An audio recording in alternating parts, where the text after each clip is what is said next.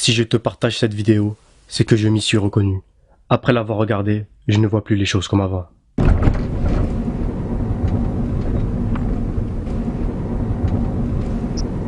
On est dans une situation critique, ya Ikhwan. On est dans une situation de cancer, de phase finale du cancer de la foi, ya Ikhwan. Sauf qu'on s'en rend même pas compte, c'est ça le plus grave. On est dans une situation urgente. Combien d'entre nous n'arrivent pas à dormir la nuit par rapport à ce qui se passe à nos frères et sœurs? Allah, combien? Allah. Même al-mahabba, même le lien d'amour, fils abilillah, il a tellement disparu à ce point-là. À ce point-là qu'on est sur Facebook, on voit un truc, on voit une vidéo avec nos frères et sœurs qui se font massacrer. Ah, rahimahumullah. Et 5 minutes après, on est en train de bahak avec quelqu'un au téléphone. Nos cœurs, ils sont morts à ce point-là, subhanallah. Au point que si quelqu'un, on ne le connaît pas, on ne sait pas l'aimer.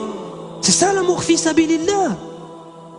Aimer pour Allah, c'est réussir à aimer quelqu'un que tu n'as jamais vu de ta vie, Yahri. Parce qu'il a une foi qu'il partage avec toi, qui est la chose la plus importante. Est-ce qu'on pense, ne serait-ce que dans nos doigts, à faire des doigts pour nos frères et sœurs à travers le monde? Partout. Est-ce que quand on voit ce qui se passe, nos cœurs ils se retournent? Est-ce qu'on a peur pour nos frères qui se fassent tuer dans la rue? Est-ce qu'on a peur pour eux?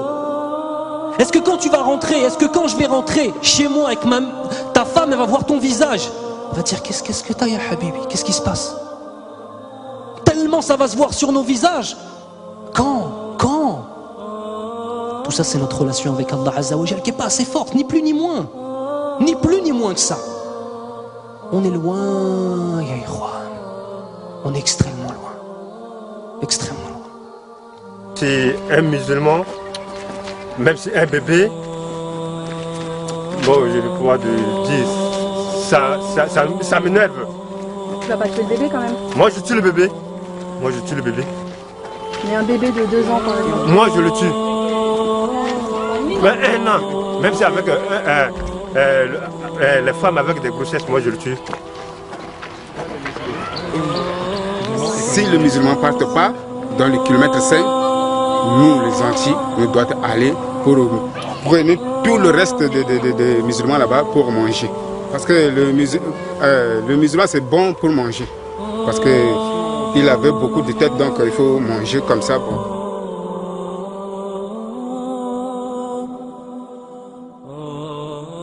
Le corps brûlé, on coupe la tête, jetée. Et prenez la tête pour taper avec le ballon. Ce n'est pas ça. On coupe notre corps là pour manger. Est-ce que dans nos yeux, est-ce qu'on mange le corps des gens? On ne mange pas. Ce sont les chiens qui mangent n'importe quoi. Mais nous, les gens comme nous là, comme vous là, on ne peut pas manger notre chair. C'est grave pour nous. C'est comme ça. En tant que moi, là, j'ai tout subi. La guerre, là, on dirait que ça vient rien que sur moi. Ils ont tué ma mère et mon père. Il reste que moi. Je suis seul maintenant. Je ne sais pas là où j'allais. C'est pour cela que je suis resté ici, à la base des réfugiés. Et moi, j'ai parti à l'école. J'ai promené. À mon retour, les anti-Balaka sont attaqués. Et je suis précipité d'aller à la maison. Je n'y suis pas arrivé. Et ils m'ont dit qu'ils ont tué mon père et ma mère. L'histoire d'un homme que j'ai rencontré ce matin au camp réfugié, il est en train de me raconter une histoire réelle qu'il a vécue sur le terrain. L'histoire c'est quoi? On a tué son fils, on l'a obligé de manger la chair de son propre fils. Il l'a mangé par obligation, mais ce dernier, il parlait en pleurant. Il me dit s'il pouvait pleurer avec du sang à lait, il le fera.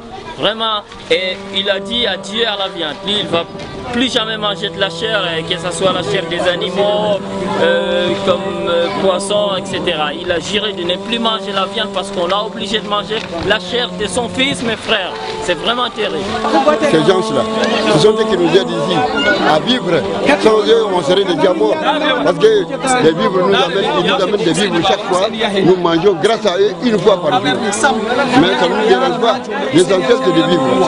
Mais seulement, nous remercions beaucoup l'opinion internationale ainsi que les bienfaiteurs. Nous bienfaiteurs que vous êtes, alors nous vous encourageons de continuer à agir de la même façon pour ne pas que nous mourions de faim. Parce que nous venons de très loin.